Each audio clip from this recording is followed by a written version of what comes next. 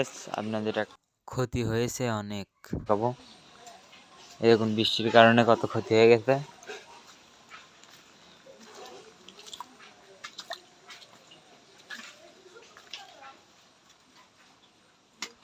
এই যে দেখতে পাচ্ছেন দইয়ের ছাতি, এইটা ভিজে গেছে। চুলা খড়িগুলো ভিজে গেছে।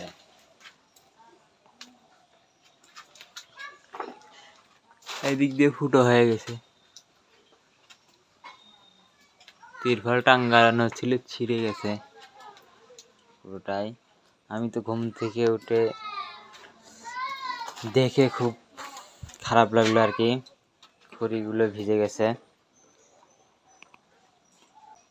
এটা ক্ষতি হয়ে গেল।